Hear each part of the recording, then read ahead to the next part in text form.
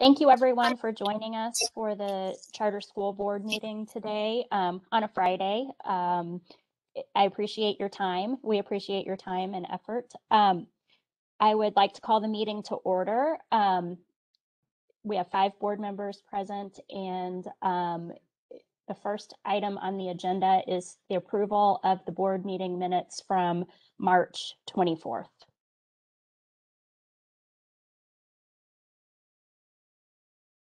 Do we have any discussion about the minutes? I don't have any discussion, but I'd like to move that we accept those minutes.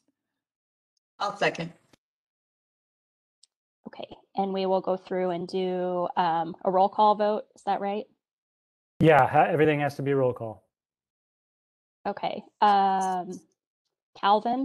Here and yes. Rummel? Yes. Ruger? Yes. Dumas? Am I saying that right? Yes, you are. Okay. So we'll vote. We need a present or a here, and then your vote on approving the minutes. Present, yes. Okay, and Kramer, present and yes. So the minutes from the last meeting are approved.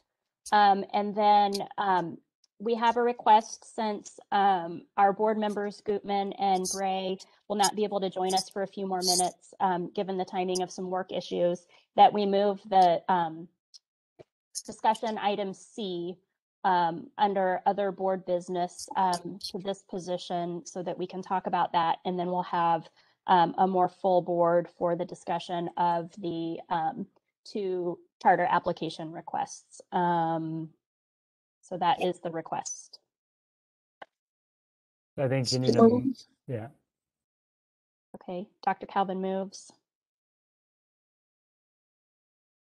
There a second? I'll second. Okay. Alvin? Yes. Rummel? Yes. Ruger? Dumas? Yes. And Kramer, yes. So I will turn it over to our executive director to lead us in the discussion. Okay, so this is a weird one.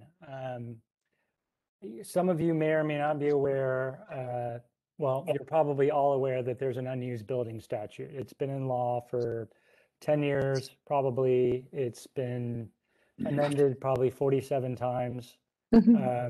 But at some point in there, they amended in a provision to deal with the situation when 2 charter schools attempt to claim the same building.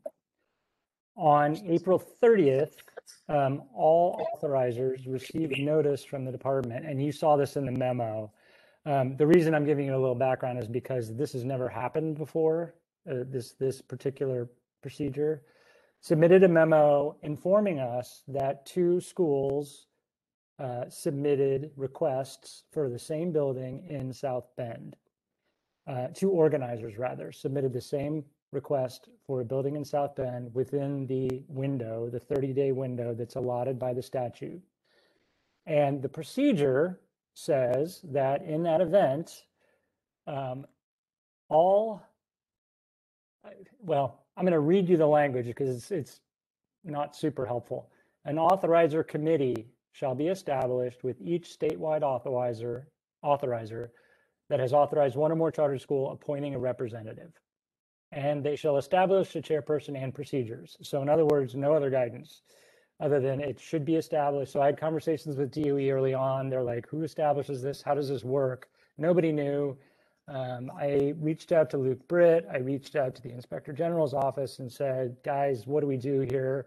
Like, we obviously don't want to, screw up with Open Door or screw up with any conflict of interest or ethics procedures.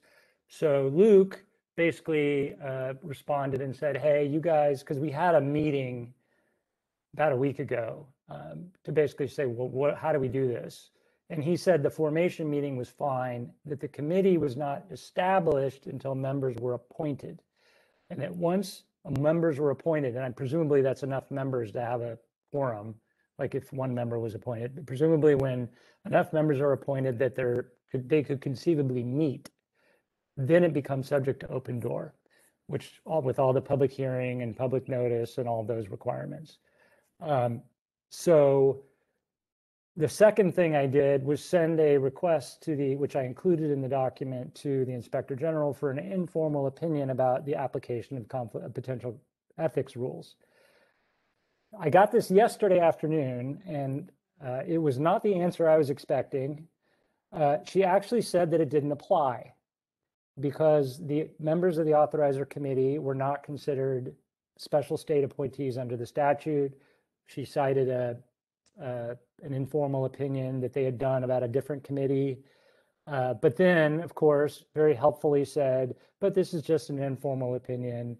If you want to, get a real opinion, only the ethics committee can issue those. They meet June 10th. Problem with that is we have 60 days from the day of the notice to actually make a decision. Now that is June 30th. So I have not had a chance to talk to the other authorizers about the informal opinion. My feeling is we err on the side of caution and just sort of assume that conflict of interest procedures apply even if they don't. And maybe in our coming up with procedures, again, who comes up with the procedures is also not really clear. I offered to take a first stab at a draft, and actually Luke Britt said that it was fine if we circulated a draft. I mean, it would be similar to the state board having staff do a draft document and then have you post it, before the board meeting, and then the board approves it. The authorizer committee approves it. So where this leaves us is it's only statewide authorizers. Both of the schools are currently, at least in some capacity, authorized by Trine University. Both of the schools have submitted letters of intent with Trine University. So to the extent that there is a clear conflict of interest, it would be Trine University. So Lindsay at Trine has said that regardless, she's going to not participate, which I think is the right thing to do, both from an optical and a potential conflict of interest standpoint, because literally under the state law, she would have a financial conflict of interest because of the admin fees, right? She'd get more admin fees from one school than the other. So she actually has a financial interest in the outcome of the decision. But as far as the other authorizers go, I think we've all established that none of us feel like staff should be on this committee, and probably not board members either. Now, this is up to you. You're the authorizer, you make the appointment. However, all of us are sort of thinking that it might be better to appoint a representative that is not a member of the authorizing body for objectivity, transparency. I have relationships with both of these people, both of the organizers. Some of you board members may have relationships. They may end up in front of us at some point. Like, just to completely avoid the appearance that there's any sort of favoritism or any sort of impact on all of this. None of us want to do this, right? This is an example of them sort of punting a decision so that we have to deal with it and they don't have to. And by they, I mean the DOE. So, although the legislature is the ones who actually did it. So I didn't make a recommendation because at the time I didn't know what the Inspector General was going to say. Because one of the questions was whether or not we had a conflict, because we have two schools in South Bend. And who knows what a financial conflict is after that last round, particularly with Ms. Dillon, who was basically told she could not participate in any Gary decisions because she was a member of Gary School Corp, right? So who knows how they define what a financial conflict of interest is. So there are two things we can do here. The board, you all can discuss and decide to appoint somebody today. It could be one of you if you decide that you want to do that, or you can have a discussion about other folks. The problem is the board, there has to be some action taken to appoint a person. The other thing you could do is delegate the appointment of the person to me, to the executive director, with whatever guardrails you want. You could say the person has to be in the charter space, the person has to be, I mean, just so I don't appoint my wife, for example. So not that she would do it, but the point is, we're all still trying to figure this out. The plan is to have 2 meetings, one meeting where it's essentially establishing the board, saying who the chair is, establishing the board meeting, the board procedures, and the decision rubric, like how we're going to make what the guidelines for making the decision. And this is sort of a bigger deal than it sounds, because we'd be establishing the committee that then would exist in perpetuity if it's ever needed again. Now, however, the appointments would only last for a maximum of 60 days. And in actuality, it'd be much less than that. It'd be like 30 days, because it's a special purpose committee that is created solely when certain conditions happened, and solely to make a decision based on those specific conditions. And that is, these 2 schools both want the same building. So with that, I'm happy to answer any questions. I think we've navigated this about as well as we can navigate it, given what little guidance we have. And again, all of us are in agreement that we're going to err on the side of being transparent and assuming conflict of interest despite this informal opinion.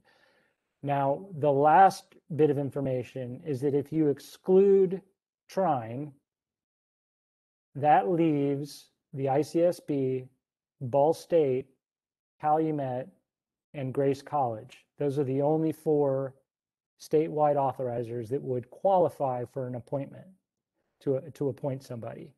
Obviously not ideal to have 4 people on a board, but that's just the way it works. So with that, if you have any questions, I'm happy to answer them. Honestly, my preference would be the delegation, simply because it gives us flexibility then to, I guess, hopefully talk amongst ourselves to make sure that we're not appointing folks that are all basically the same. You know what I mean? It's just like with the charter board. The legislature frequently puts guardrails on appointments, right? Charter board has them. Says you need to be this X, Y, and Z. State board has them. Many boards and commissions have specific guidelines about who can be appointed to a board. There are no guidelines in this statute. So anyone can be appointed. There's no qualification requirements. There's no association requirements. One would hope that what we would look for would be someone who is objective, who has no tie to South Bend or either of these 2 operators, and somebody who understands schools, buildings, facilities, finances, right? You want somebody on there who can understand, who can make a determination based on, who's in the best financial position to make use of the building, et cetera, et cetera, et cetera. So with that, I will stop talking. You all can discuss and then figure out what you want to do. If you don't want to delegate and you don't want to make a decision today, then we're going to have to schedule a special meeting as soon as possible to actually make the appointment, because again, we have about a month, a little over a month left, and with people's schedules, it's already going to be really hard to get those 2 meetings scheduled, because we're going to have a public hearing in South Bend to hear what the community has to say, and then obviously a board meeting where public comments are accepted. Well, public comments at the public hearing plus email comments, and then have a meeting. The second meeting would be the actual 2 organizers come in and make their case, and then the board makes a decision. So that's the plan. So any comments would be great.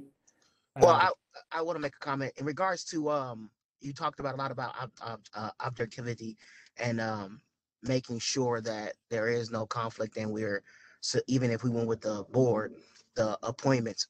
My initial thought process is, why wouldn't we as a board at least review all of those recommendation people as a board, as opposed to just delegating that selection process to either you or just one person, to ensure that we had a well-versed selection of who that person or who that board, what that board looks like and what it consists of. You mean our appointment to the board? Correct. I'm fine with that if you guys are willing to schedule another special meeting sometime in the next week and a half or 2 weeks. So another potential option could be that for this particular committee, which, you know, is really just together for this discrete purpose, right? And then would really be disbanded until The next it's time. ever needed again. Then if we did appoint one of us board members today to handle this one, then that could buy us time for us, you know, you could come up with the criteria, sort of those guardrails, present it to us, we okay that, and then that's what we would use for moving forward. It's up to you guys. It's fine with me. I don't care either way. I just ask that it not be a staff member because I think that's much more complicated given all of our relationships with the various folks involved. So I don't know if anyone wants to volunteer to be on the board, the executive committee. I mean, I would totally do it. I live in Owen County. I have no ties to South Bend anymore, no ties to the schools. If you need someone, I'll do it. But I mean, I do not mind if anyone else does it. Wait, so I should actually tell you, I mean, you saw who they were. It's Larry Garatoni's group with Career I Academy. mean, I know who they are. And but Tommy Reddick's with Paramount. Yeah, I mean, I know who they both are, but that's Okay. it. I don't have any ties anymore because now I run a community foundation. So Right. I don't. Okay. So it's up to you all. But yes, I do know who they are. So my only, like I said, my only concern with that would be then what if either the Garatoni group or Paramount comes in front of our board for a decision and you voted against, you know what I mean? That's the only, I mean, that's my only have the concern about that is just the appearance that For there's some any sort of us. bias. Yeah. Yeah. But I mean, again, it's up to you. You all make the appointment. So that's just something to think about. Did anybody have anyone not on our board in mind? And then we could come up with the criteria around it.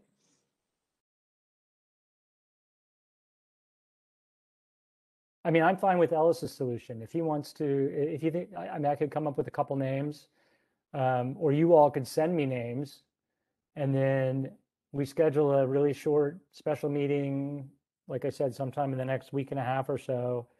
Well, probably a week, because it's almost June, and then pick someone from that.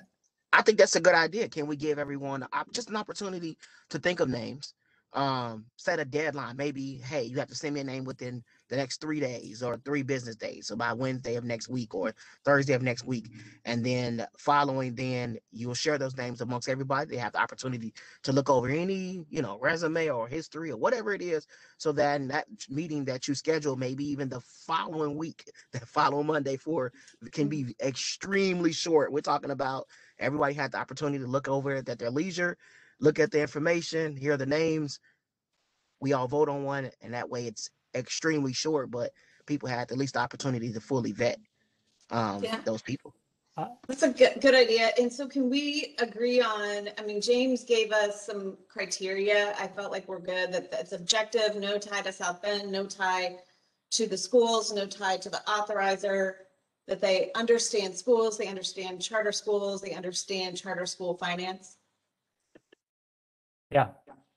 As long as you all are open in the next, if you have some flexibility in the next week for like a 20 or 30-minute meeting, I am absolutely fine with that concept. Me too. Yeah, I like what's being discussed. I think that's a good way to deal with it. And James, I so appreciate the memos you put together. There's a lot more work in those than shows in just 3 pages. Those are deep and well thought out.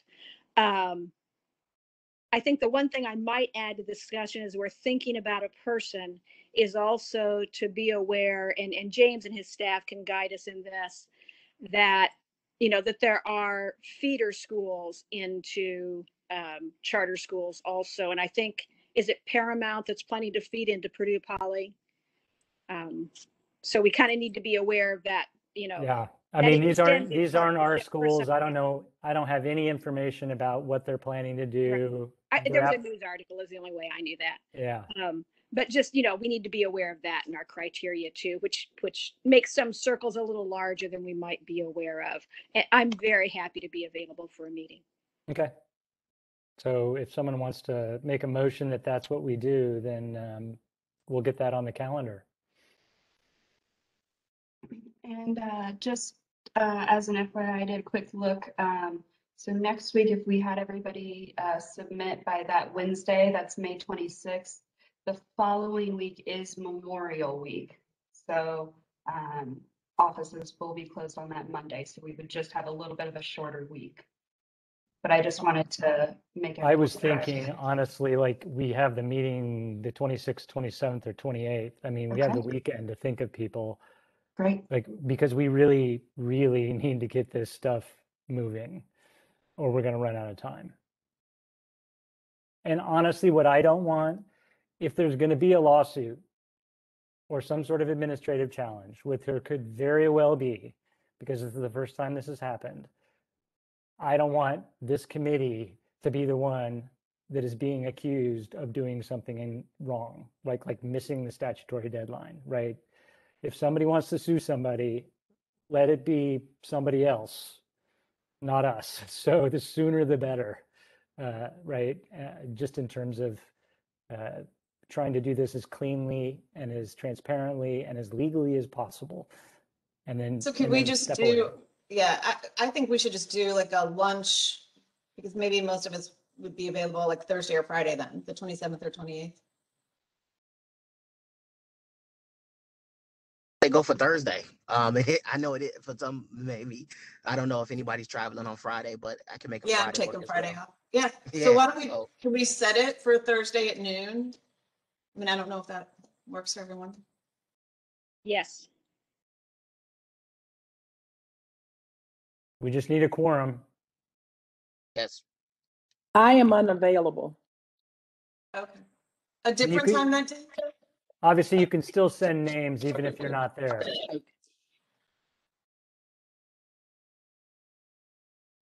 Well, maybe this is best done over email. I don't want to spend any more time on this. So let's, someone just make a motion that we're going to, the motion would be that we are going to schedule a time to meet again after board members have had opportunities to provide names.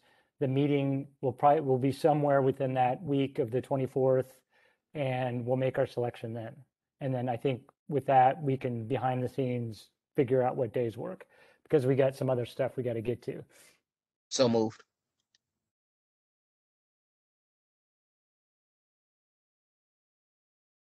Second? We have a Yeah. second.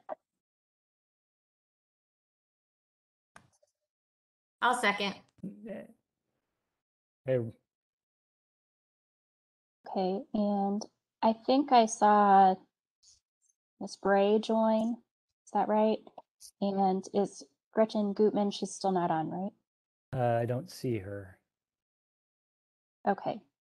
All right, so we have a motion to take nominations from the board by early next week from Dr. Calvin, is that right? With a move to meet later next week, possibly the 27th, to select a nomination for this board. We have a motion and a second, so I will go through and do roll call vote. Calvin, Please meet, yes. Rummel, Yes. Bruger, Yes. Bray, Yes. Dumas, Yes. and Kramer, yes. So the motion passes. Okay. Great. James, I think that regular We should agenda. move ahead with the regular agenda. Yeah, I think at this point it's 11:27 already, so Mhm. let's move ahead. So the next the next item on the agenda is the charter application for the Excel Center Elkhart. You have the recommendation. I want to apologize a little bit for the sort of delay in getting you some of the information. Some of you may or may not know that adult high schools have a slight twist when they get authorized related to caps on the number of students that they can educate. And there was, when Excel Center Elkhart first submitted their application, it was before the end of session. And there was some thought that maybe that number would be adjusted. Unfortunately, it was like the only thing in the budget in education that wasn't adjusted. Everything else was, bumped up and all of that. And so there had to be, following that submission, there was some negotiation between Goodwill Industries of Central and Southern Indiana, who sort of has the seats because in the budget bill, they go to the Excel centers. And so they negotiate seats between the two entities because we have the central and southern entity, which has all the Indianapolis Excel centers and the one sort of in the middle of the state. And then we have Goodwill Industries of Michiana and Goodwill Leeds, which is a separate entity that's up north. And they have the Excel centers in Hammond and Gary and South Bend. And so they have sort of historically and formally decided who gets how many seats, trying to keep as much flexibility so that if seats aren't used in one spot, they can move them to another spot because there's really no restrictions on how those seats are used. And obviously they want to use as many seats as possible. So we had to have there was some last minute negotiation to maybe transfer some seats to Goodwill Leeds up north for Excel Center from south. And then you can read about that in the special notes. That's basically the result of all of the negotiation. What it did do, however, was change the budget a little because of the initial budget projections were based on a different number, a different enrollment number. Now, as far as I understand it, and please correct me if I'm wrong, this sort of agreement is for the next 2 biennium, because then every biennium there's a chance that the seats will increase and then there has to be a renegotiation. So this application is based on the revised budget that I sent you, that it was not the budget that was originally posted, if that makes sense. If you looked at that budget, it was the budget that I included in the email is the most recent budget. Based on sort of the reality of the situation post-negotiation. So for those of you, Ellis and Beth, who haven't sat through one of these before, I am not going to spend a ton of time going through, rereading to you what's in the recommendation. So I think given the time constraints, what I'm going to just say is that we as staff, this is not the first Excel Center that has been opened. It's not the first Excel Center that's been opened by Goodwill Leeds.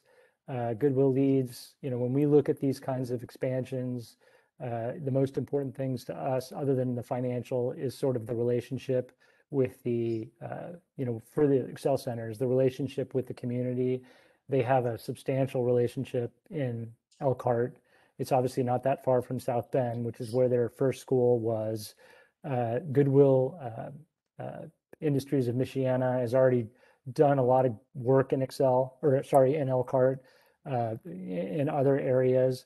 And honestly, the most important thing in some ways is the fact that the school corporation basically invited them to come into Elkhart and is possibly negotiating with them for lease space for $1. So this is not this is a desired, favorable relationship. There were no negative comments from the public that we received that I can think of. I think there might have been one negative comment, and it was very general. Certainly did not receive any negative comments from the school corporation or anyone in the city in an official capacity. So we are recommending approval basically of a replication of the South Bend program in Elkhart in the numbers set forth in the budget. And with that, before you all jump in and ask questions, I'm going to let Excel, Goodwill Leads, present for a couple of minutes just to talk a little bit about the program and how they got there, and then we'll move on to board questions.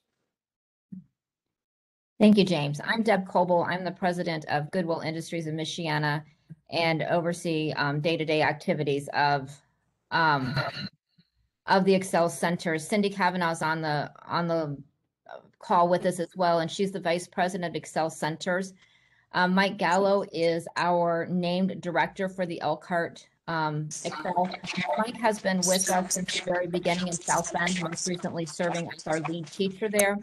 And then I'm also pleased I have several board members. I have Tammy Boatsma, who is our Goodwill board chair, Rala Baumgartner, who is our leads chair, and then Will Henderson, as well as Mary Pat Lakowski, who both serve on one on the leads board and one on the Goodwill board.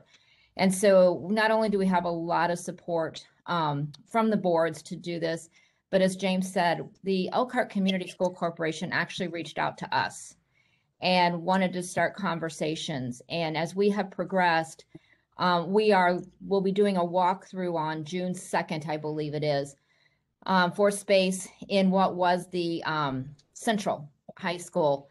And they want us there. We'll be housed with adult learning. We'll be housed with some of their other programs so that we can best serve Elkhart. It's fairly centrally located, so we'll be able to serve the entire Elkhart County community.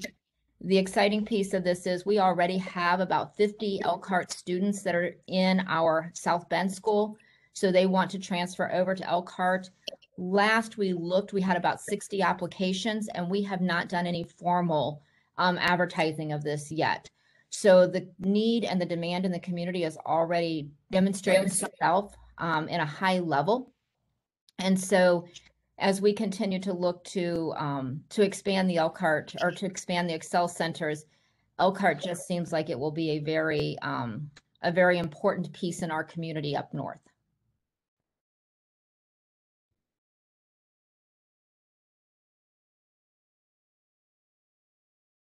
You're muted, James. You're right. Sorry, my dog was barking.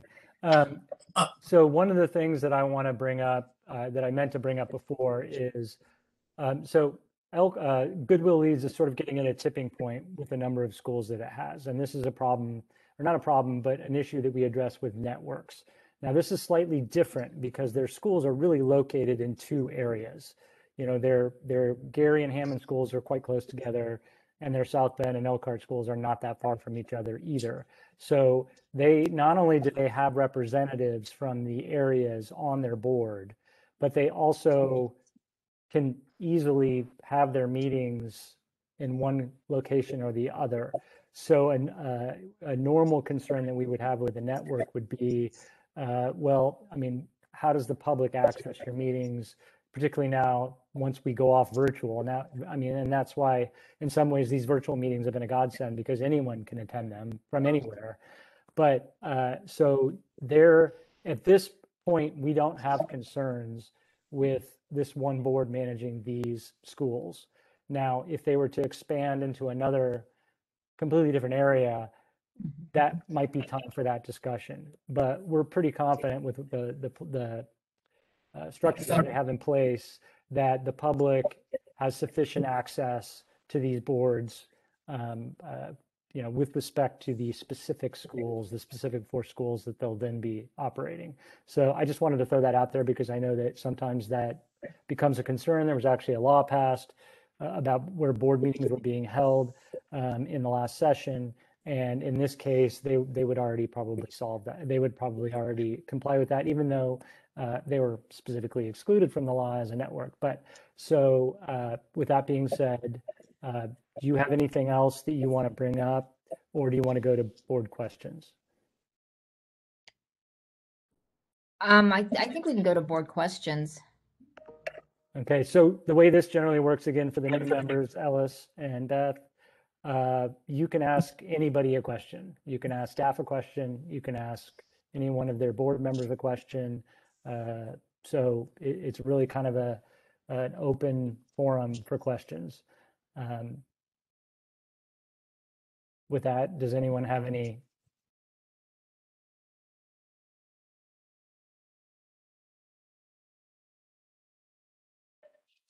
I don't have a question. If there are no questions, I would like to recommend that we accept the recommendation coming from the administrative staff. I second that. I apologize, Janet, was that yours? It was me, yes. Thank you, I'm sorry. Oh, that's fine.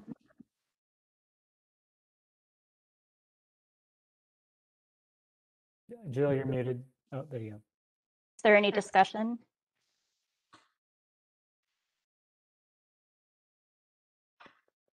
Okay, I will say upfront, I'm recusing myself from this vote, but I will call the rest of the names if there's no discussion. Okay, Calvin, Yes. Brummel, Yes. Ruger, Yes, and I am basing my approval on the understanding that the school district is supportive of this, which I understand that's what I'm being told. Ray, Yes. Dumas. Yes. Okay, so we have 5 yeses and 1 recusal, so the motion passes. Congratulations. Thank you very Congratulations, much. guys. Thank you. Thank you. Now you are free to stick around, but you don't have to. All right. Thank you all very much. We greatly appreciate it. Yeah, and we will be in touch. Obviously, Bridget will be in touch with you with next steps. All right, sounds good. Thank you. Thank Thank you. you. Okay. James, I think I'll turn it back over to you for the second request.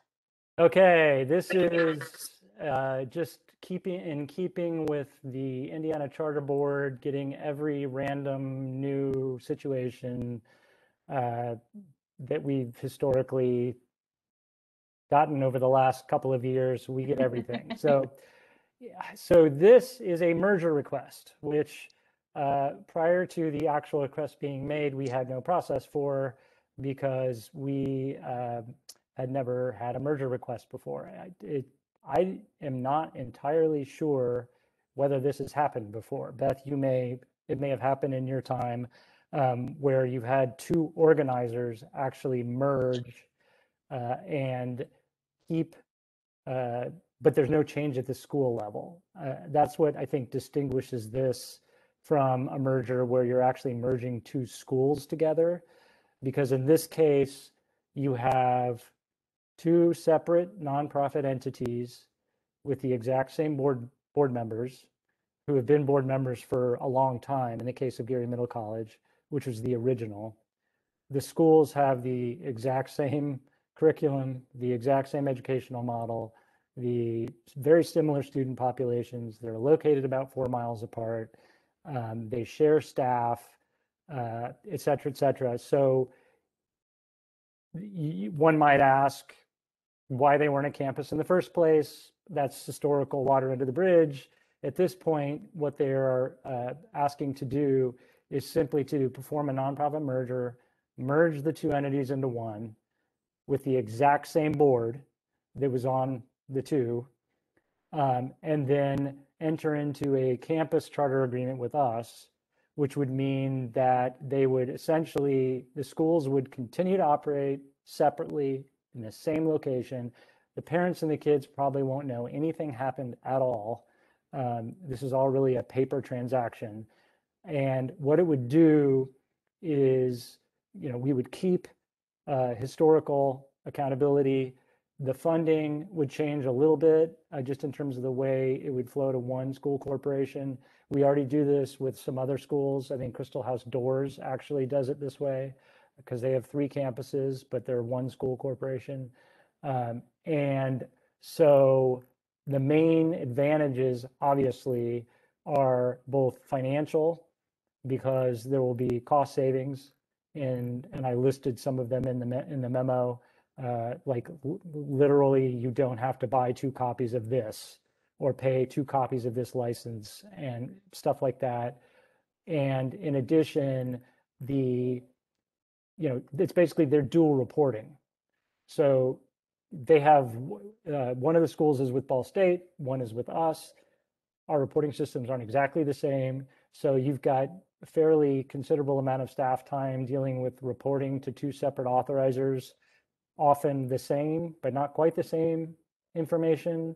And so this is all just sort of wasted time.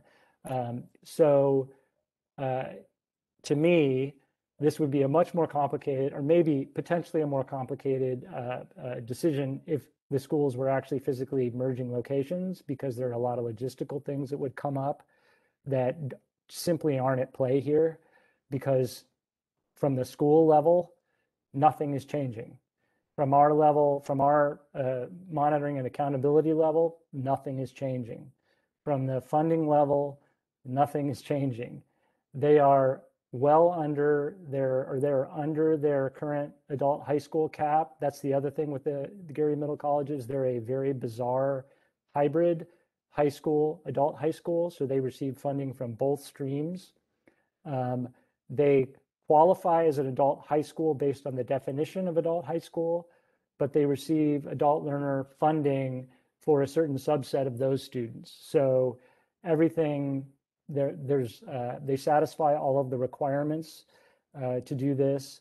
And honestly, I don't see any reason why we wouldn't approve it. The last thing I will bring up is that I talk to Ball State all the time, specifically about this. I've talked to them about this. They are perfectly fine, have no objection to the merger at all. So the both schools are in good standing. There was a Goodwill, sorry, not Goodwill. Gary Middle College had some changes that Ball State was requiring it to make in its articles of incorporation. They were somewhat outdated because the law has changed regarding dissolution in 2013. However, those are moot because that entity will no longer exist if the merger is approved. They will be merging into the ICSB, the entity that has a contract with ICSB, and their articles and bylaws are fine. There's, again, one tweak. We're going to update it a little bit, but other than that, it's a non-material, and therefore we recommend the combination. Oh, the last thing, sorry, the new charter will have the term of the remaining term of the current charter that we have with the surviving entity. So it's not a new 5-year term. This is not a renewal. This is not anything like that. This is simply a sort of shuffling some paper around, getting them under one charter, which then will come up for renewal in 22. So there's no avoidance of accountability. There's really, again, this is a good test case for a merger for us because it allowed us to develop a process if we ever do get another one of a more complicated merger request. So for those reasons, we are recommending that we approve this. The board was unanimous in its approval and unanimous in its willingness to continue governing the combined entity. Literally, I sat in on the board meeting, there were no issues, no complaints, no concerns whatsoever. So with that, I will turn it over to Gary, one of the representative from Gary Middle College, to answer any questions, or if there's anything that they feel the need to add, go ahead. Otherwise, we can just move to board questions. So I don't know, Dana, if you're taking the lead or. Well, I see our board chair, Arlene Colvin, on. Oh, yeah. But I don't see her video. So Arlene, do you want to lead us off? There you are, ma'am. James, you're absolutely right. The board is all in agreement with this move. We see this as an opportunity to utilize more resources for our students. So we really do hope that the board will approve our application. So Dana. Yeah, I can't add anything more than you've both done. Thank you so much. And I'm just here for technical questions if the board has any. Glad to support. You summed it up, James, pretty well. Sorry for stealing your thunder. Thank you to both Arlene and Dana. Do board members have any questions they'd like to ask of the team? Yes, please. So I have several questions, so bear with me because I kind of wrote them down as I was doing my research. If someone can answer for me, and this can actually be to the representatives from Gary Middle College if necessary, but from my understanding, the East location or the one that's under the entity of East Chicago services the population that is closest to that location of East Chicago, Indiana. Is that correct? Yeah. We serve the west side of the city, and that does serve East Chicago. Yes. Okay, and then the actual other location, the actual Gary Middle College that's on the other side of Broadway towards Gary services that population. And so, for my understanding, James put this very eloquently. Thank you, James. That there is no combination of the actual physical locations, or that you're doing this because there's a need to combine due to a lack of attendance or capacity issues or anything like that. No. Okay. Would it be fair to ask or assume that, as you talked about or was put into this, that there is a financial gain in the fact that you will be able to share resources and service a larger population under this merger? Yes, we'll be able to save money. There's a cost savings to us. I think we had identified somewhere around $100,000, if not a little more. So in the initial creation of these two entities, I believe those studies were done on both location and population that you intended to serve. And so I guess my other question is then, if there is no benefit, or if you guys are not actually combining locations, what is the perception been given to the community, or have you solicited any feedback from the community in regards to how this merger, what will be their take on this merger, what is their perception on this merger, and if they have any concerns based on what was initially presented to them when you came into this community versus what's being presented now? You're muted.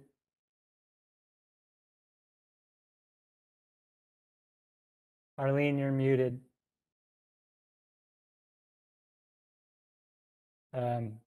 Arlene, are you able to hear us? I feel like this is a great answer. I just can't hear it. Yeah. Arlene, we can't hear you. Oh, sorry. We didn't hear any really of that. Talking. I know, we didn't hear any of that. Oh, I'm so sorry. It's okay.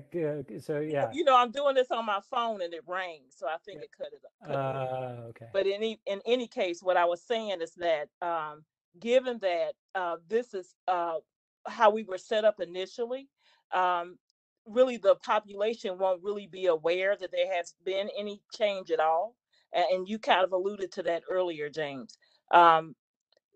They shouldn't, there isn't any negative feedback from the community at all, because we are still going to have our two locations. We'll still be operating as we were operating before. I hope I answered the question. No, that does. So do you feel like that there's even been any feedback solicited from the community in regards to this? The community is aware that we have submitted an application, but there has not been any negative feedback or anything like that. And I think it's important to add too that this has all been discussed publicly. It's been in all of our and all of that. So there's been plenty of opportunity for the public to comment and share their concerns.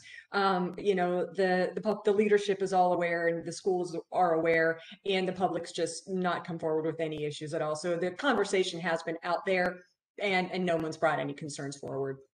The solicited feedback, was it in I know we've been in COVID, so it's been hard for this meet, or those been virtual meetings that we've asked for, and can you kind of share with me again? I apologize, I'm still that this is my first board meeting, so I don't have, and I try to do as much research as I can to get some of these questions answered. But is there any possible thought process, or you can give me any dates in which those meetings were held, so I can go back and pull where those meetings were posted and things of that sort? Yeah, so they were all posted on our websites and they were all virtual. So families had the opportunity to attend very easily if they needed to, and they were very, very convenient.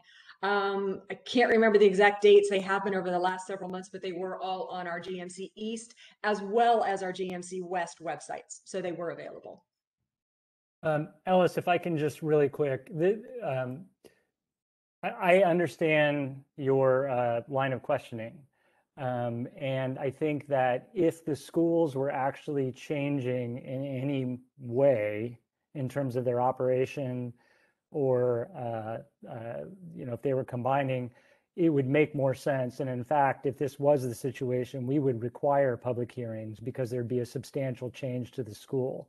In this case, this is literally a legal transaction, a nonprofit corporate merger that has zero effect or impact on the schools. And even if, like, as I said in the beginning, I suspect, I don't know for sure, that most, if not all of the folks at these schools won't even notice that it happened because it doesn't change anything in the way that the schools are operated. They may see more funds available for the schools, but other than that, there's no. Well, it's not even. No, I think I think honestly, James, you're very fair in saying that the population within the school won't see it. But my concern also that I bring on behalf of being added at the board is also as a community member, that I don't know if there would be an uproar if there's, again, been any fair communication in reference to that.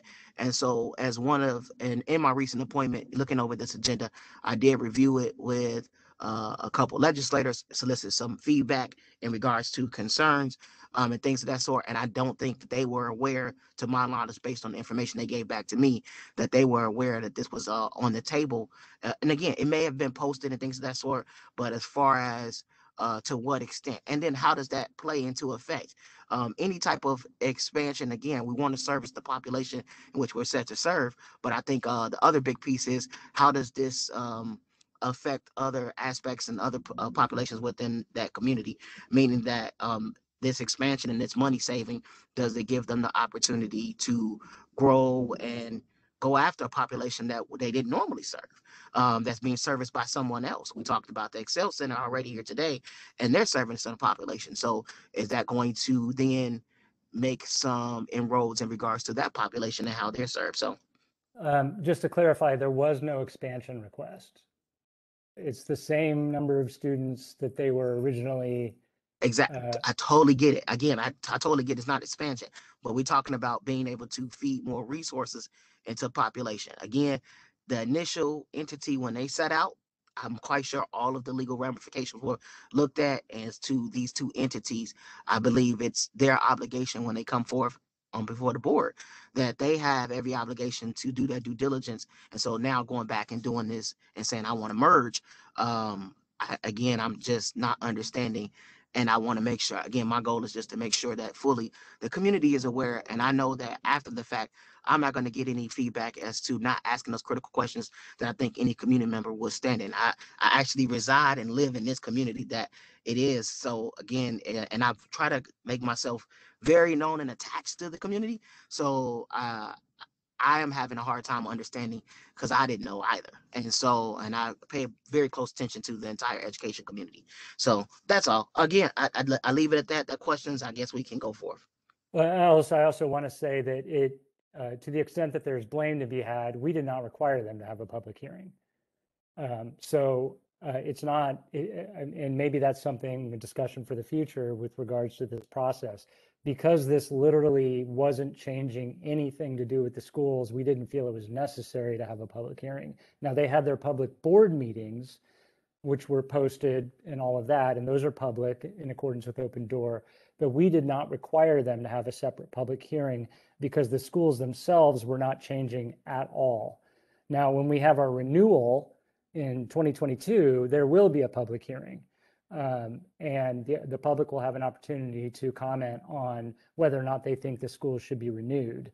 But we did not tell them that they were required to have a public hearing. So to the extent that you don't find that there was an actual public hearing where people could make public comments specifically on the merger, you can blame our staff, you can blame me, because I did not tell them that they had to. Need to point fingers, I promise you. Sorry? I said no need to point fingers. That's not, the intent here at all. Oh no, they're pointing here. That's what I guess that's what I'm trying to say. They're pointing at me. Yeah, if I could ask a couple questions, and I don't really have questions of Ms. Teasley. It's more process questions, and maybe more of a because I see that maybe this will happen again with another school. I'm really thinking going forward more than anything else. James, and again, on your memo on this, which was really helpful, you talked about school corporations merging. And I wasn't sure if you actually meant district school corporations or charter schools, but maybe my question really more so, which maybe goes to a little bit of what Ellis is talking about. So this is a first impression of a charter school organizer merger of this type with, and again, it's sister schools, it's all kinds of things that are the same. I get that. If this were a school district, school corporation merger instead, what would the process look like there? Which I know is a different animal. Yeah, I don't have any, I do not know how consolidation works. That's a whole different statutory section. I don't have any clue. Okay, so that really wasn't what you were referring to. Yeah, it's way more complicated. Yeah, it involves all sorts of local control and weird, I don't know anything about that. And I mean, maybe, and this isn't intended as a gotcha thing, because I don't know the details of that either.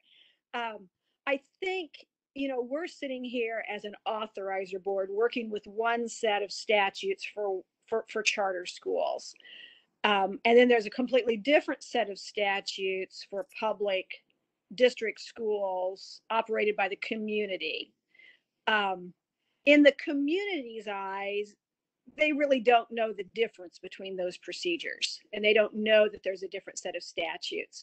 So I think what I would suggest going forward is this is another one of those times when every effort that we as a board and our staff can make to be as public as possible in getting information out on a regular basis. I know that we definitely work hard to comply with public meetings laws. But I think going that extra step so that, now that the pandemic is hopefully winding down, getting our Facebook page active again so that things like today's meeting would be out there and people who choose to like and follow a Facebook page would just see that as a normal course instead of, thinking, oh, it's probably time for a meeting again, I better go check the website.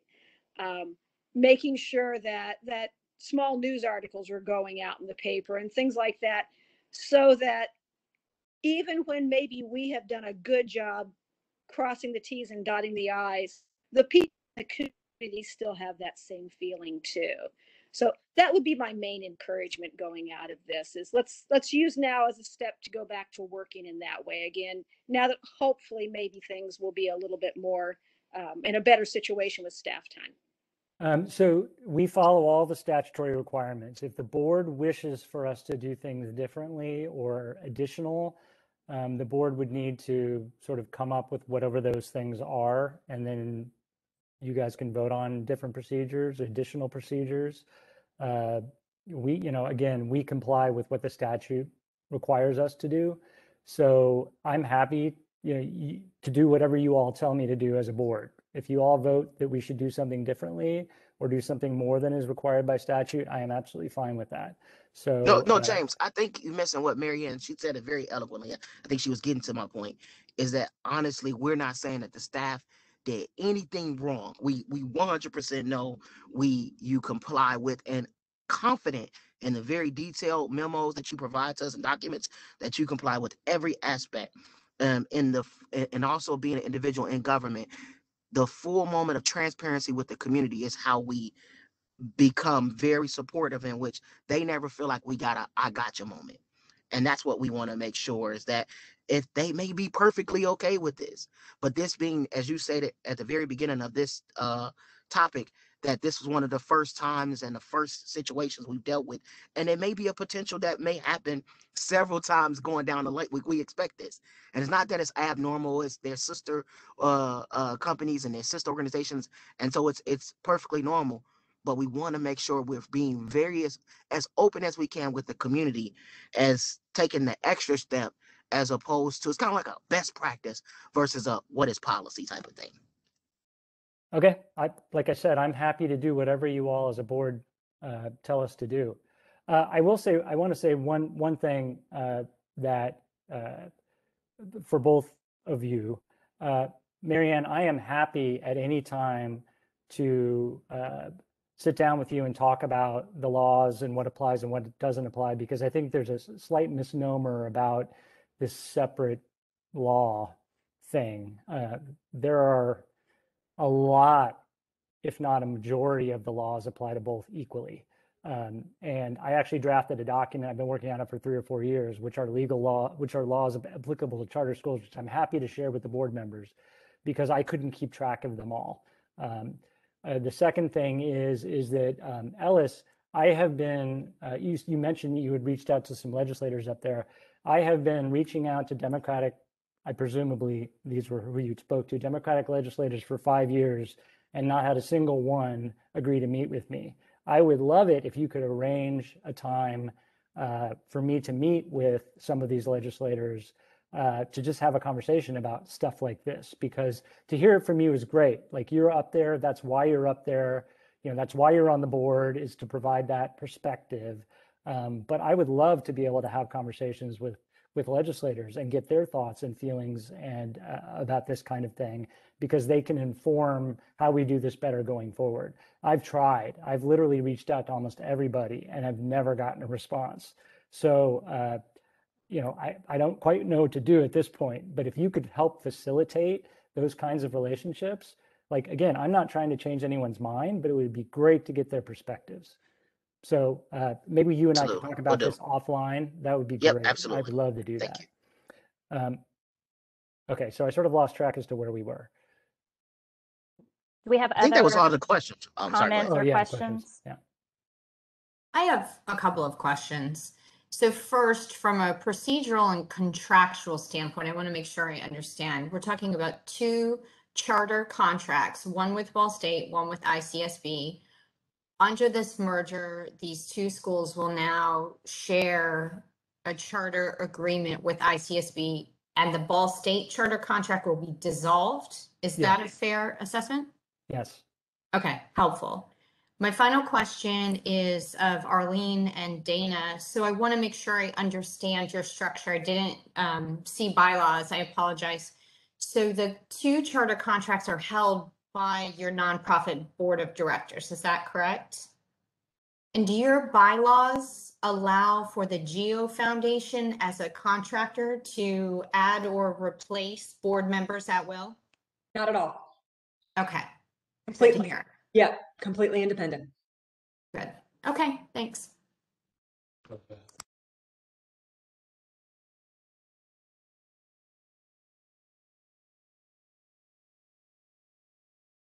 Are there other questions? I just had one, and maybe you said this, James. Ball State did not have a procedure for mergers either. Is that correct?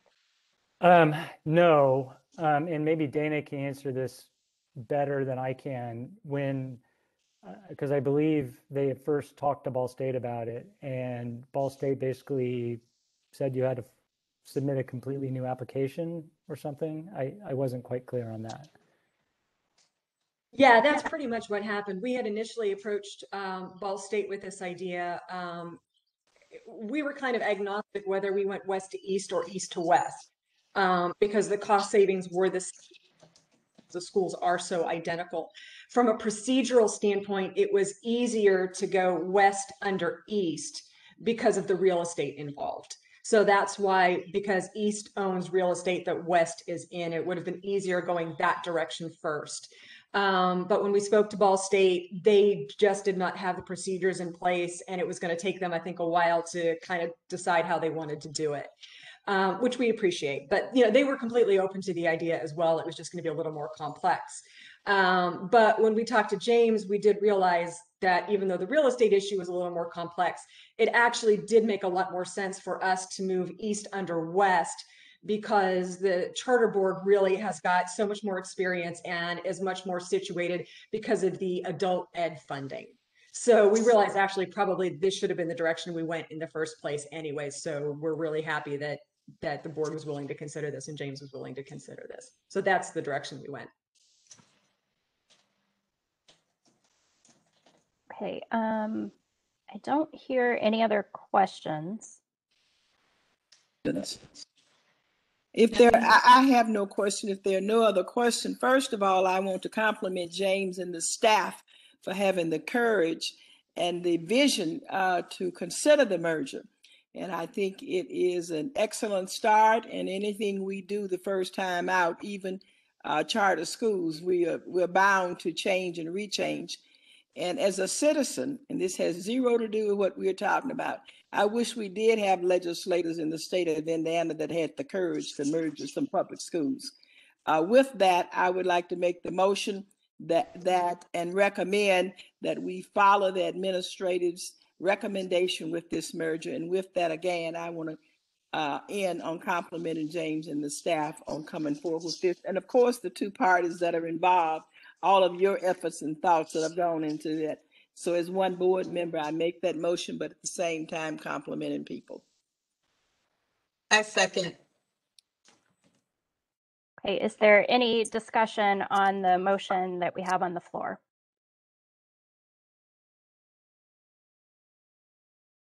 Okay, I will start with the roll call vote. Calvin, Yes. Rummel, Yes. Ruger, Yes. Bray, Yes. Dumas, No. and Kramer is yes. So we have 5 yeses and 1 no, so the motion passes. Congratulations, Arlene. And again, you are welcome to stay for the rest of the fun, or you can jump off. Thank you very much. And thank you for the board's time. Yeah. Thank you. Thank you. And then I think for the board So- members, we yeah, have 2 so- other well, items. Yeah, one, I kind of screwed up the agenda a little bit. I put in introduction of new board members under other board business as if that was something the board had to approve. It's not actually, should have been under updates or discussion. So maybe what we do is do the other board business, which is the amendment extension. And then at the end, we can do introductions, just so we have all the board business done in terms of like everyone's time, respecting everyone's time. So again, if I may, the final item is the charter flexibility memo. And this is going to mean more to folks who've been on the board through the COVID pandemic. Beth and Ellis, you feel free to ask any questions. But when the pandemic hit, it was essentially chaos. Most schools had no idea or no plans or no infrastructure to do what the state was asking them to do in March, 18th or whenever they were ordered to close. And so, to be quite honest, we did the best we could to provide support during those 3 months or so. Part of the requirement in the governor's executive order was that there be a continuous sort of learning plan. Like, he was trying to get schools ready, prepared for the 2021 school year, because it was still very uncertain. And I don't know if you recall, there was a huge surge in the fall, which complicated things even further, in September, October, November of 20. So the way, and there's some history tied up in here, historically, and this is in that footnote, which unfortunately is almost as long as the page, but I wasn't quite sure where to put it.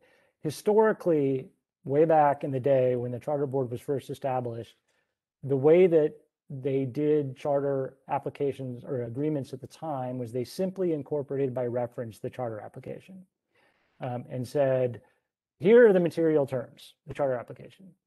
Now, that is not best practice for a variety of reasons. One, because a charter application usually is submitted years before, could be submitted 2 years before the school opens.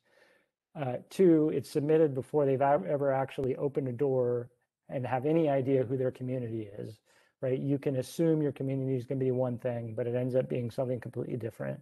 And we are always encouraging our schools to adapt to the needs of their community rather than sticking to a rigid model and then jamming their community members into that model. So it became this difficult situation where, as people evolve, they evolve away from what they actually have said in their charter proposal.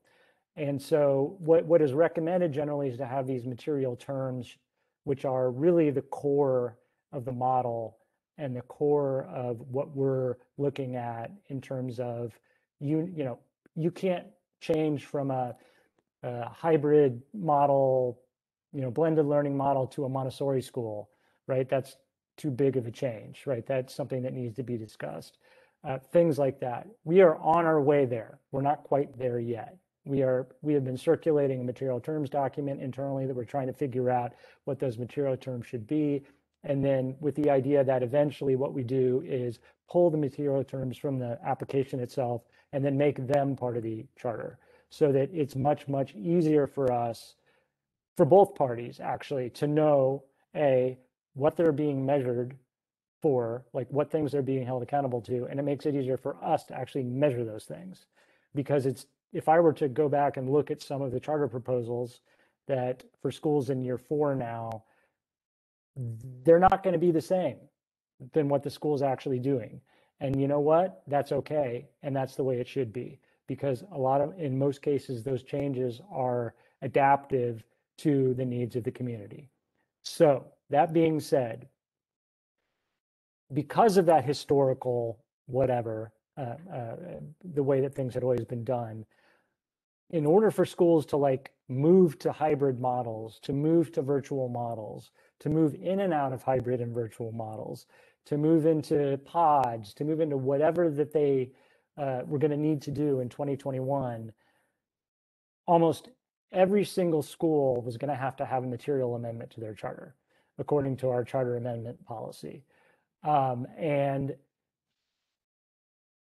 for a variety of reasons, one being that we were sort of learning as we went along and adapting as things changed, as schools tried to figure out what their particular populations wanted as they did surveys. Like, do you want virtual instruction? Do you want hybrid instruction? Do you want in-person instruction?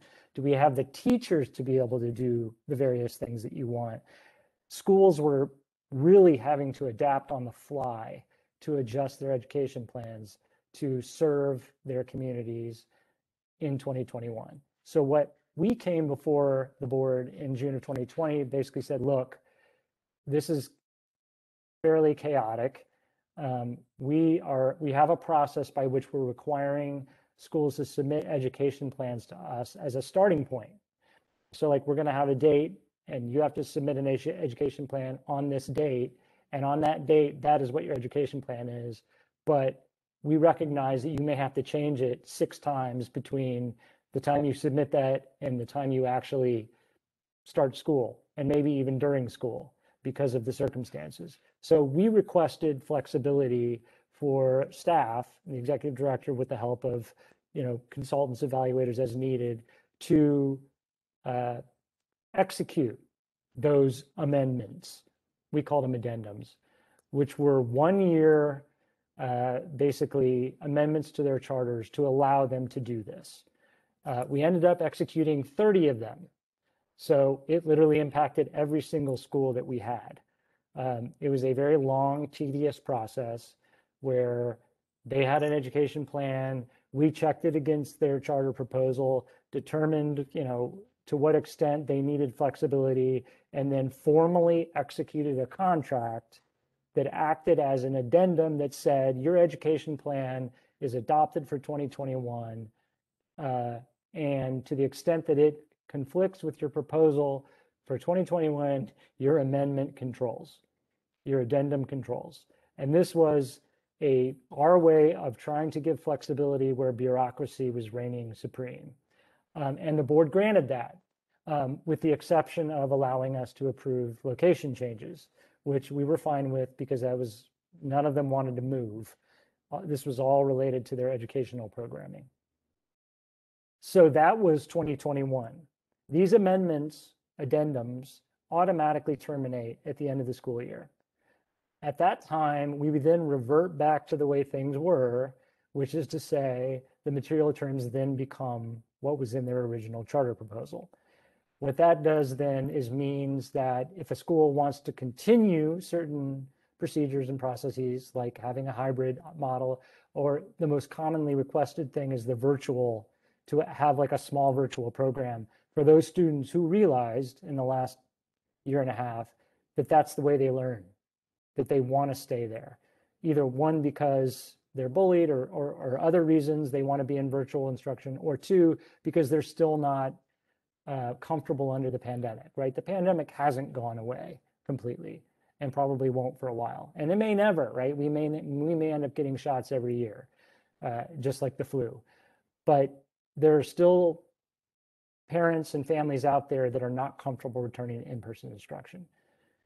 Layer that on to the substantial amount of federal funding that has been made available to all schools in the state.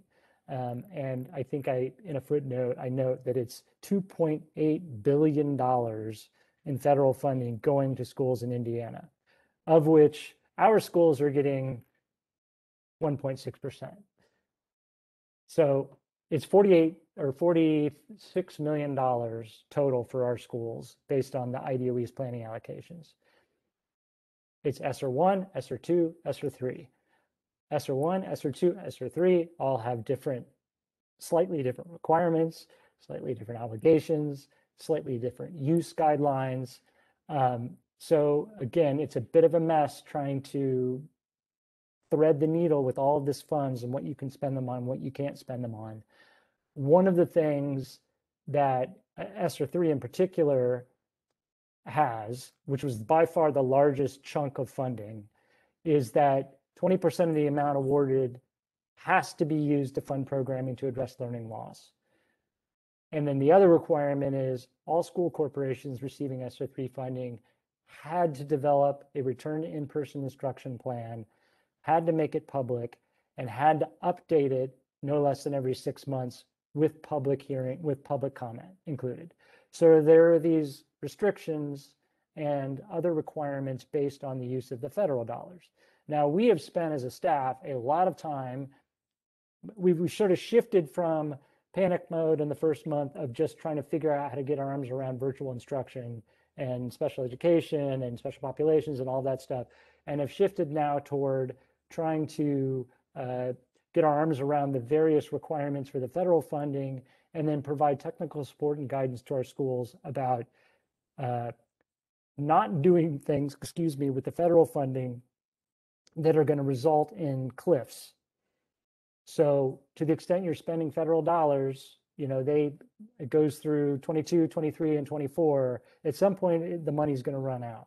So, we're trying to help our schools to comply with the various federal rules, but also not make sure that once the federal money is gone, whatever they've done, for example, if you're going to address learning loss through a longer school year, that you have factored in sustainability, right?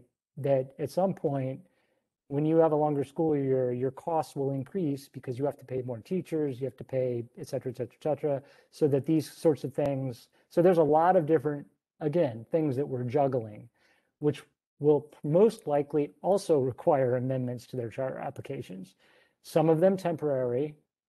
And then we expect that eventually, once this is over, that there will be schools that will want to make permanent changes based on things that they've learned through the pandemic, and also maybe programs or things that they've done as a result of all of this federal funding that they've received. That, I'll give you an example, say transportation. Say you buy a school bus. That's an appropriate use of the federal dollars. Your sustainability for the school bus is obviously maintenance, gas, and a school bus driver. That may be doable for some schools, but then all of a sudden you have a school that can provide transportation that wasn't providing transportation before. That's just one example. Perhaps they are going to increase the school day or increase hours or whatever they want to do. And they find a way to do that in a sustainable way. So they use the federal dollars to set that up, but their budget, they've budgeted a way to continue that on in perpetuity, because they figure it's going to take longer than 1 year to address learning loss, which it will, or that they've just figured out that that's a better way to execute their educational program. So there are two things going on here. One, and this is the purpose of this request, is that you extend our ability to make these temporary amendments for this next year for schools, to allow them to, again, just for the 21-22 school year, to make whatever changes necessary to continue to deal with the pandemic, and also to make changes that are now possible based on the federal funding. The second part, which is not in this request, is that the caveat is that again, these are temporary amendments. This would be for 1 year, the 21-22 school year, and that we will sometime between now and then develop a process whereby we are going to say to schools, if there are things that you have learned throughout this process where you want to make a permanent amendment to your education plan, adding virtual programming. I suspect that's going to be the biggest one. You want to add a 30 student, 20 student, you're not opening a virtual school. These are simply for students that you already have enrolled, or, whatever, and maybe we can cap them, because we're not interested in having them be statewide virtual schools. Like, that's a completely different ball of wax. This is simply allowing them to have a virtual school program like all school corporations and public schools are allowed to do, just as a matter of law. That be something that we then schedule a meeting, I guess it would be I don't know when, a year from now, to address all of those amendments at once. So that the things that, to the extent that it's a permanent amendment, board can't approve, staff can't approve those, board has to approve those. But we try not to do it where we're getting them every week and then having to schedule board meetings every week to address the amendments separately. We're going to try to do that all at once. And that would be a one-time sort of amendment thing that is as a result of the last 2 years of the most unique educational situation that we've had to go through in my memory, right? So the request for now, the board action for now, is approving the recommendation to extend the flexibility given to the executive director that was given last year to approve 1 year amendments to schools' education plans for the 2021-22 school year that are directly related to the pandemic and to the use of the federal funding. And then later on, we'll address permanent amendments as necessary, which will come before the board for approval. Excuse me, I've been talking a lot. I think that's it. Did I miss anything? Also move. Oh, well, okay.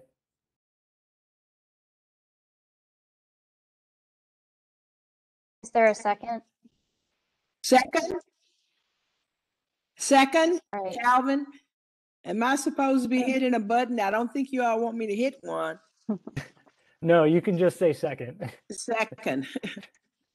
Okay, the motion on the floor is to extend the flexibility this board gave to the executive director and staff to approve temporary amendments to charter agreements to develop the flexibility so that schools approved by the charter school board will have flexibility to develop and modify their education plans as necessary during this pandemic. So it would go for the next school year. Do we have Right. some discussion on this item? Before we, one thing, Mary Ann, this will not include location changes. So it's going to be the same approval that you approved last year. We pulled the location change out. Those will still require board approval. I Right, just want to make that clear. right. So the items in the discussion that would require board approval still are revisions to the school's mission, vision, education philosophy, changes in school design or education program that are inconsistent with the school's charter, relocation, location changes, That would be, termination of the contract with the Right. education service provider, and contracting with an education service provider, a new one. it would be all of them but 3. Because Mary Ann specifically requested that we remove that from the last, which is fine with me, because again, that's not relevant, I don't think, to this, to like changing education plans, right? I mean, we're not talking about schools relocating. That shouldn't be an issue. And These were things that the memo says that would still need to come to the board. well, under our current amendment policy, they do need to come to the board. So unless the board gives me flexibility from those, we would have to call a meeting every single time Right. someone submits an amendment request. Right. Well, no, these are the things that, okay, I'm reading it wrong then. Yeah, we approved a charter amendment policy, I don't remember when, a couple of years ago, that required, these were the list of things that needed to come before the board to be approved because they were considered material changes. What we are asking for is flexibility from that process for 1, 2, 4, and 5 for the 2021-2022 school year, where we don't have to bring it all to the board. Okay. So And that's the then- motion and the second on the Yeah. table. Yeah. Okay. Is there other discussion then around this? I do have some questions. And James, I really appreciate you carving that out again. That is really important. I appreciate you thinking ahead of it in advance. I do understand the need for flexibility. And I probably would like to do something to help in that regard. I do think that we are at a very different place now than we were a year ago in terms of, wow, a year ago, we had no idea where this was going. And things, of course, got even worse than we ever would have expected. So maybe we made the right decision then. I'm concerned with taking it an entire year out now. Schools definitely do still have things they have to think about for the fall. Some of the things that kind of are going through my mind as I try to think through this is, I mean, number one, I'm very happy to meet. Obviously, we don't want to meet every week, but I'm very happy to meet if we could batch things through in some way, give schools a timeline, have things in by this date, and then here's another date. You could choose that date instead. More than one opportunity to come to us, obviously. So I could see us doing something like that. I think my biggest concern comes that, I mean, in all honesty, I don't know what changes were made last year. We delegated the authority to do it. And again, that was probably the right decision. But at this point, I don't know what changed. I haven't looked carefully. Is there somewhere, I guess one question I would have is there somewhere on the board website to go to see all of those changes? Is there somewhere on the board website to see the charter agreements, period, for each school? I'm assuming that that's there. So what did actually change, just so we could kind of like maybe catch up with the year? We're all trying to catch up with the pandemic maybe this is a good time to catch up with what were those things that our schools did. And I'm assuming a lot of them were like really wonderful things we should know about. The other thing that I think about, well, and then I think about, how does the general public know those things? And then I'm also acutely aware, because I live with an IPS, and the next round of the lottery results just came out yesterday. And, so many parents, especially of kindergartners or first graders, were hanging on every word of what they could hear yesterday of what schools they got, including many charter schools. Those parents have made decisions based upon what those schools are right now. Mm-hmm. And again, there's a lot of decisions that I think are just fine for the board staff to make. But when they go to the most fundamental things, like the philosophy or educational mission of the school, or who the education service provider is, those are things that are big enough that it might come as a big surprise to a parent to find out that they weren't what they thought they were. And so again, I mean, as you know, to me, the whole public information side of what we do is really important. I would love for us to come up with maybe an alternate suggestion that still gives the board more authority than they would have in a totally normal year, but doesn't take it quite this far. So if I can address at least two of those things. One, community, part of our education plan requirements were, how did you disseminate this information to the community? How was community input taken into account? I mean, honestly, many, if not most, if not all of the decisions made by the schools were a direct result of surveying the community. So they're surveying their population. They are out there asking parents what parents want. So to the extent that it's possible to, I mean, they wanted to know what their parents wanted, right? They didn't want to lose kids because they made a bad decision. So I think that we did the best we could in the time frame that we had to ensure that their communication plans and that their outreach was sufficient to, now they can't, I mean, we have to balance this with, they can't have, I mean, we don't want every single school in Indianapolis having a public hearing about their changes. Like we got to have realism. Traditional public schools didn't, I mean, and so I'm not saying that's a good thing or a bad thing. Well, actually, traditional public schools had many, many board meetings that were attended by hundreds and hundreds. As did charter schools. Yeah, as did charter schools. That's good. Yeah. Again, I will do whatever the board suggests. I don't care if we need to have, if we need to have 35 meetings between now and the fall. I am absolutely fine with that. I mean, we'll schedule 35 meetings. I'm thinking of a handful of meetings. I know, but the problem is then that restricts the flexibility of the schools, because then they are bureaucratically shoved into 3 or 4 different times where they can make changes. And what happens if something happens where they need to make a change that doesn't fit within the board schedule? If we have a charter school that we've authorized that can't deal with having 3 or 4 opportunities this summer to do this, we have problems, because that means they don't have the capacity to do the difficult work they need to do for our children. And I don't think that's bureaucratic. I think that's having expectations of a well-running school. So I would propose we find a place between 3 and 35. Hey, Beth. And I want to let other people speak too. Yeah, hey, Beth, can I ask you a question? So for those of you who don't know, Beth used to be with OEI. So she ran the charter.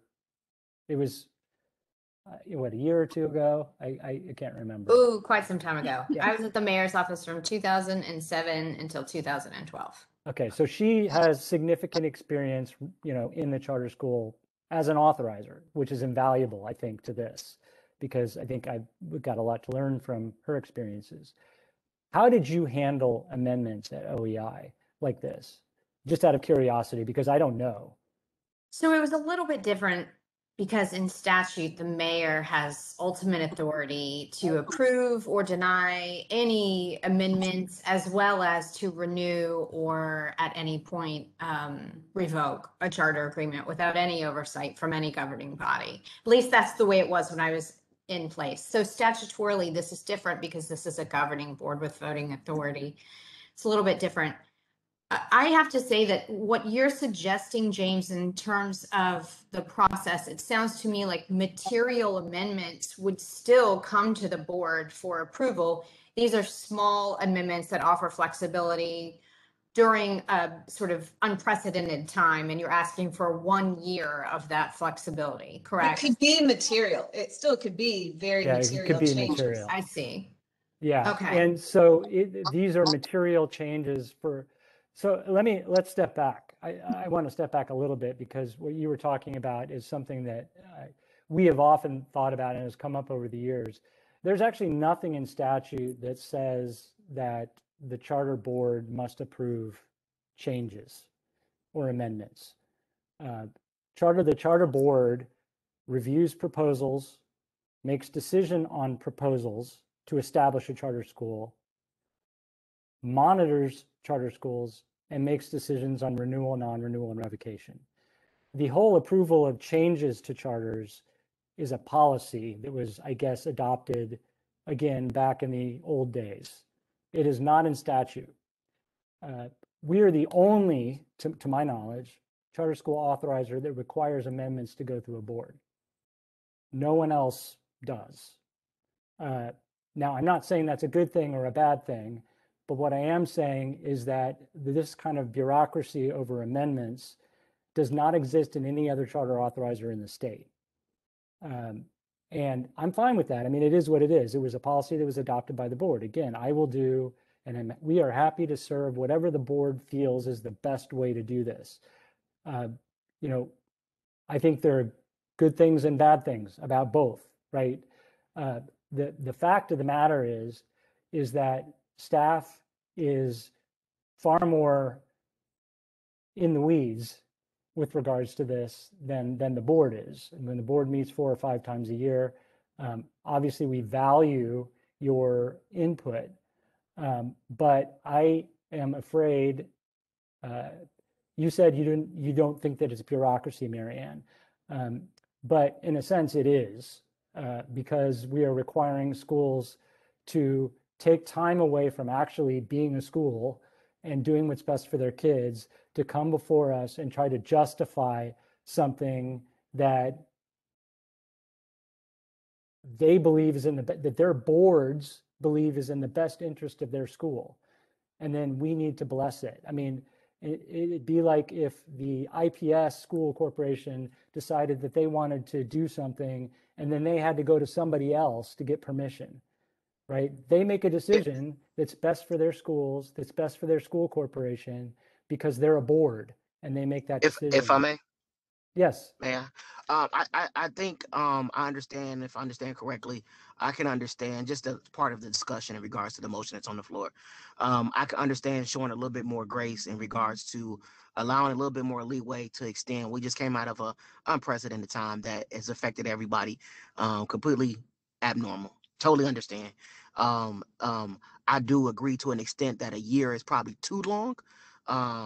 I wouldn't say a full year, only because from what my perspective, I'm seeing charter schools, private schools, public schools, all being forced to make decisions now and come up with plans now to prepare for the next school year. I believe in not putting too much pressure on them to make those decisions, in which I don't want them to lose the opportunity they have in the summertime to make it as suitable and fittable for all of our families and children in our community to do that. I would entertain the thought, or be more reasonable to say October or even to December, giving a greater half of 6 months to come up with those plans. And then from there, and the staff being able to review those, you and your team being able to review those and make sure we review those and come back. Anything outside of that, I think would be almost, in a sense, just, again, my opinion, abusing the pandemic as an excuse not to follow procedure. For whatever reason, the laws are the laws and they require for them to come for these amendments. That's the case. I definitely understand the pandemic allows for us or should allow us to be understanding and show grace. I do think a full school year, when I see tons of different education entities not having that same opportunity because they are going before their public boards and their different committees to make those decisions, giving them that opportunity, I think several months, a few months would be sufficient enough to be able to do that. And your team would be able to make those decisions. And then from there, being able to go back and recap. That way, just in case there's anything that is slightly out of the ordinary that we probably wouldn't have agreed to, we catch it early on before it's too late and we're through a full school year. So I think there might be a misunderstanding. The process for the amendments is not a year-long process, right? I think we stopped, I can't remember when, like November or something. But the actual amendment lasts a year, right? Like they come to us with their requests. Yeah, I get it. I totally get it. I'm saying within a window. But if we put that expiration date as a specific calendar date for this school year, as it's like an October or even a December, to submit an amendment, is that what you're saying? To submit an amendment that that your staff, that the staffers and yourself will review those up until this date. After that, all of those will go back before the board, and we're back to regular operations outside of the pandemic. Is what I'm saying. Okay, so I get what you're saying. The amendment would have to last a year, right? Because whatever they're proposing would have to be applicable throughout the entire school year. So the amendment itself would be a year long. I understand, I guess, you wanting to cap it at a certain day, but let's say circumstances change radically in December. I guess I'm not understanding why a cutoff to allow a school to make a change based on circumstances that happen after November would then require full board approval. Like, what is the difference exactly? If just like with the pandemic, and I'll go back and review the minutes, we would call an emergency meeting and say, hey, we need to extend this. And I don't think, from what it sounds like, anybody, this board would be unreasonable to the extent to say, hey, of course, common sense says, Lord forbid, but we had a huge influx of cases and things unsafe and things of that sort. So we need to make and extend that out. Things of that sort. So I don't want to, again, be unreasonable. I just think we put, the goal of it is that what I'm saying is that what we're saying, I'm seeing throughout multiple states, not even just the state of Indiana. It's time to start putting some ends to try to create some type of back to normalcy for everyone. And that's simply it. That's all I'm simply saying. So as opposed to saying, okay, we're going to do it for a whole nother, have these amendments last for a whole nother year, we won't do that. We'll say we are allowed for them to carry up into this date. And that way everything else comes back before the board and we go from there.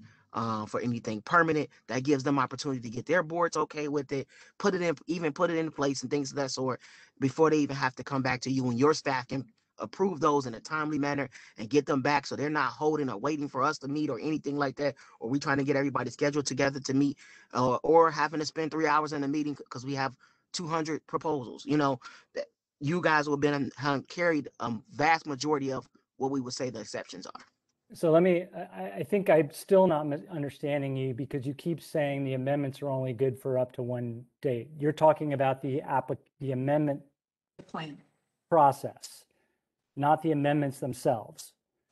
Like, the amendments themselves are actual executed contracts that become part of the charter contract that lasts for a year. Not like we would never execute an amendment for 6 months. That's bad policy. Because I heard that there would be a date in which our schools could submit an amendment, but the amendment could carry through it would be the a school year, the yes. academic year.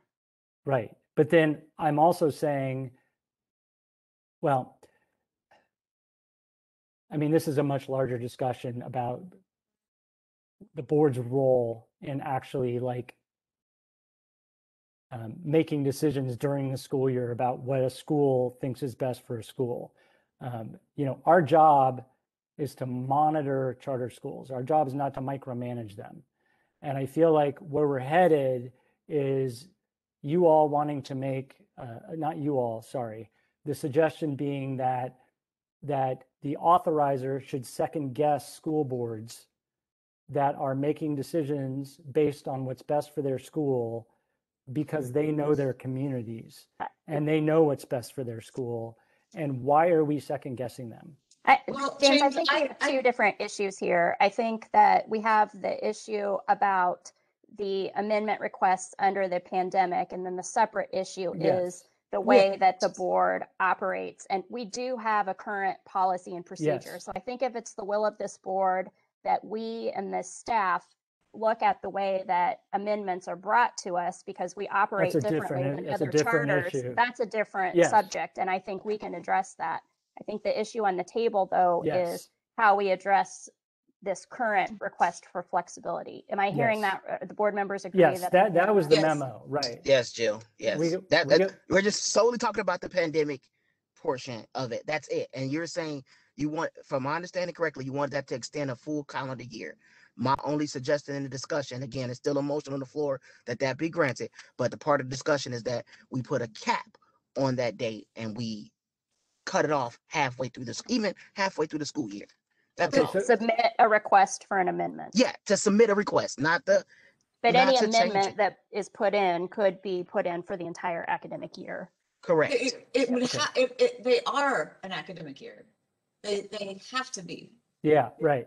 Okay, I think sometimes the words we're confusing the process for submitting an amendment with the actual length of the amendment. I think we get it now. Like we're talking about the process, like setting a time for when the process has to happen. And that's totally fine. That's what we did last year. I mean, we had a drop dead date. I forget what it was, but we did have a drop dead date where you couldn't change anything anymore. I think it was in November because we wanted to give them a couple of months into the school year.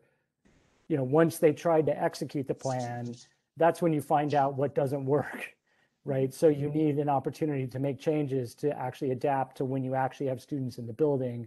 But I think we capped it, like, if you guys remember the date, I mean, it was November, I thought, November 1st. I think if it's November, let's just go with November. I think I'm fine with that. The same. That's the communication. So a motion on the table, we would add that requests from schools to make amendments would be November 1st of 2021. Sorry. Yeah.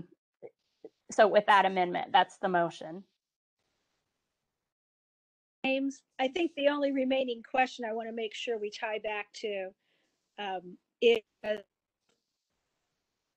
how will the public in general know what amendments have been made?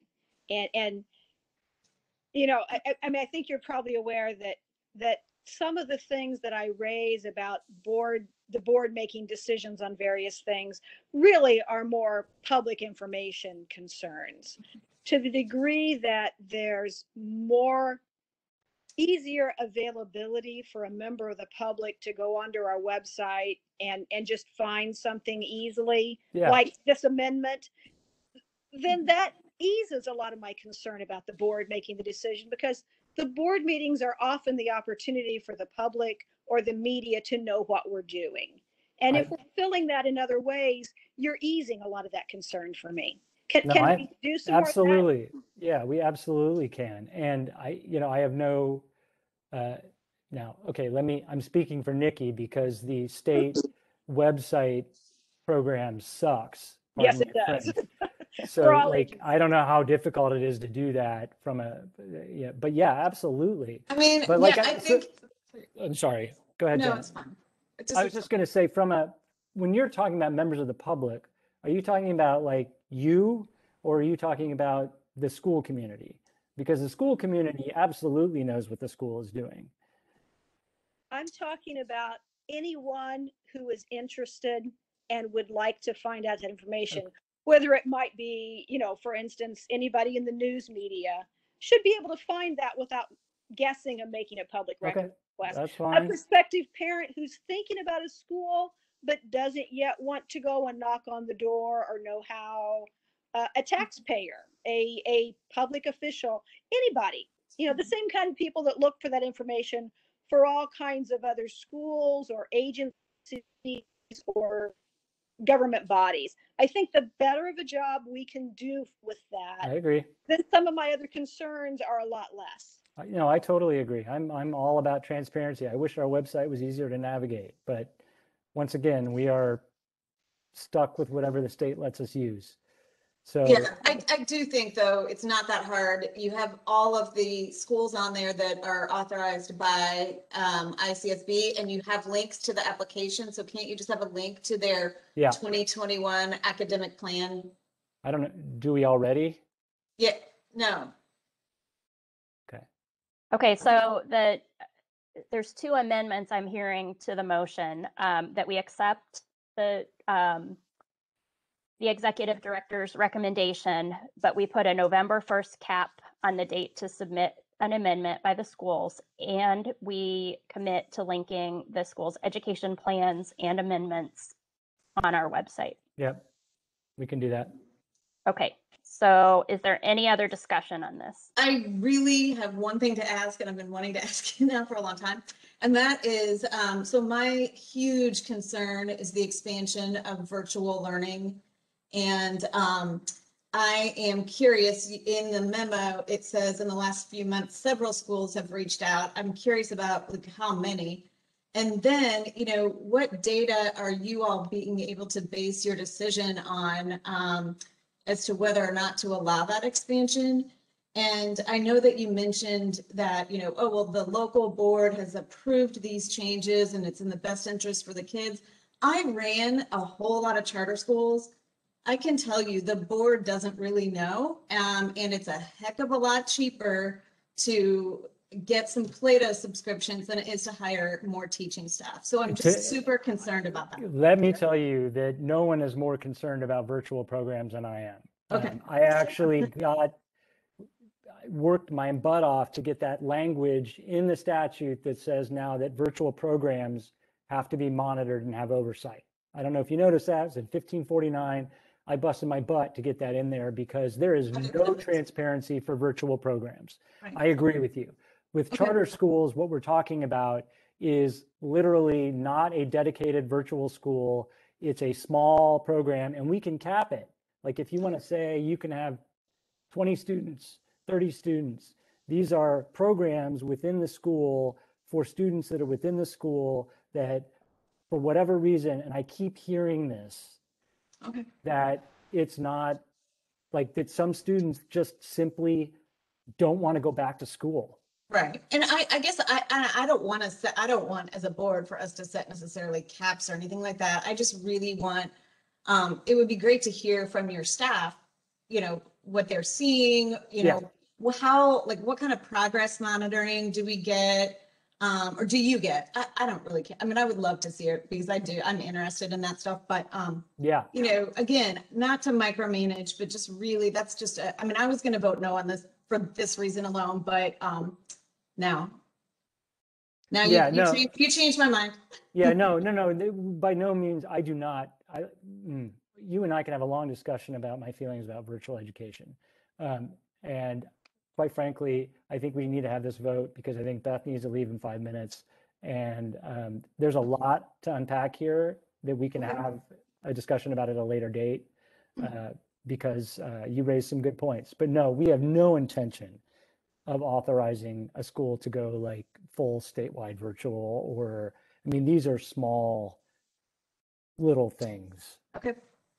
Yeah, trust me, not a big fan of virtual programming. Okay, with that, maybe we can get some more information at a future board meeting on that. Do you have any other discussion on this motion? Again, it's to accept the motion that was submitted by staff with the amendment that schools should submit by November 1st, and that we will put documentation about the school plans and amendments on the website. Yes. Okay, we have a motion and a second. We've had discussion. I'll go through with the roll call vote. That's okay. Mm-hmm. Calvin? Dr. Calvin? Yes. Okay, Rummel? Yes. Ruger? I'm sorry. I'm still thinking. Come to the end on me. Okay, Bray, Yes. Dumas, Yes. Kramer, or Ruger, do you want to? I'm sorry. I am still a no, just on, I mean, that's not something I'm willing for the board to give that authority over. But I so appreciate the amendments that have been made to it. We've come a long way with that, and I really appreciate the patience and the willingness to discuss. Thank you. Thank you. And Kramer, I'm a yes. So we have 5 yeses, 1 no. So the motion passes. And I do hope that at future meetings, we can continue to have policy discussions then on our administrative policy around this, because I think that our board members have a lot to say and a lot of input. And, we want to make it as easy on our schools and do the best we can for our schools and our students. So I would love to do a board retreat if now that we'll have 3 new board members or something like that, where we can do this. Because it's, we've had a lot of turnover. Right. And hopefully we will get a new board chair appointed. So we'll have a lot of changes. That's everything on the agenda. Is that right? Beth has 30 seconds to introduce herself. Actually, Ellis needs to leave us. So, Ellis, you have 30 seconds to introduce yourself. yeah, I'm happy to go quickly. I'm Beth Bray. I am a program officer at the Walton Family Foundation. I have a long history in working with charter schools. Happy to work with all of you. Nice to meet you guys. Good day, everyone. I want to first thank you all for allowing for me. And this is my first time, and I talk a lot and ask a lot of questions, but I want to make sure I fully understand. Again, my name is Ellis Dumas III. I have to say the third because I have a fourth now, so I have to make sure I put the difference in it. But I currently work for the Indiana Department of Child Services. I live in the Lake County community, and I'm just happy to serve with you all. Great. Thank you to both of you for joining us, to our staff for all of the work that you put in this. Like Marianne said, there's a lot more work that goes behind a 3-page document than we will ever know. So we appreciate your diligence and your patience with us. Thank you to my fellow board members who've been around for a while. It's great to see you. Hopefully we can meet in Ellis person. and Beth, if I can, real quick in the last 10 seconds, I'm going to arrange a time to meet with both of you, just to sit down and have, Ellis, we both sort of talked about this, but I think we could benefit from a meeting, maybe face-to-face or virtually, just to have a discussion about whatever you all want to talk about in terms of board history and all that stuff. So, all right. Thank you to everyone. We need to call the meeting to adjourn. Yeah. Okay. We're going to do last 2. Do we have enough? 2, 3, Well, it's a majority of the people here, I guess. I don't know. Okay. I'm sorry. I know we just lost Beth And what exactly happens if we don't properly adjourn a meeting? Does that mean it just continues on forever? I'm not the lawyer here. I don't know. Okay, so does everybody just want to say yes? Yes. Approve adjournment? Yes. Yes. Okay. Thank Thank you, everyone. All right. Thanks all. Bye. Thank you. Bye.